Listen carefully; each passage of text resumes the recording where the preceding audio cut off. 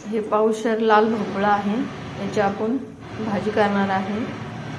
त्याची भाजी खूप सिंपल आहे, 5 मिनिटातच ही भाजी होणारी आहे। ते याला कट करून घेते मी।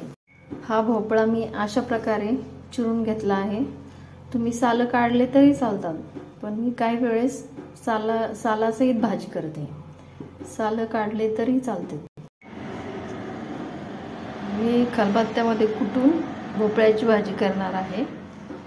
थोडेसे लसूण आणि थोडे शेंगदाणे असे टाकून मी कुटून घेते।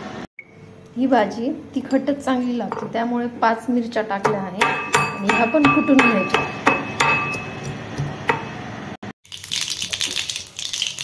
तेलामध्ये मोहरी चांगली तडतडून घ्यायची,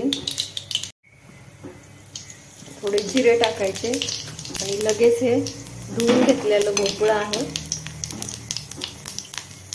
त्याच्यामध्ये हळद टाकायची आणि हे धुवून घेतलेलं भोपळं लगेच टाकून द्यायचं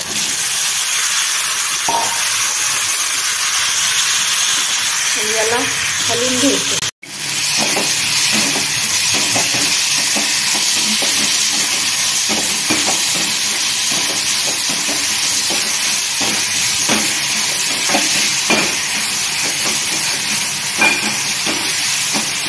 याच्यामध्ये थोडं मीठ टाकायचं, पण ठेवून भोपळं थोडं वाफळून द्यायचं।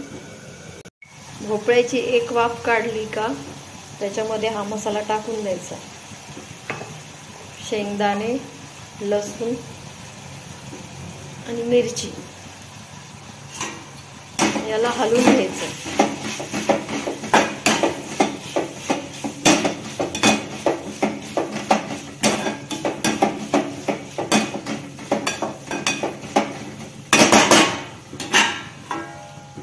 याच्यावर झाकण ठेवून द्यायचं।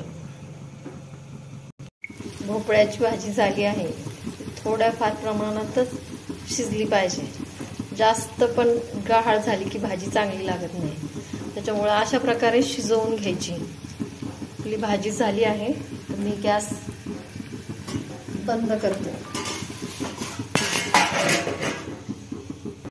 ही खूप सिंपल भाजी आहे, यावरती मी थोडीशी कोथिंबीर टाकली, खूप छान लागते।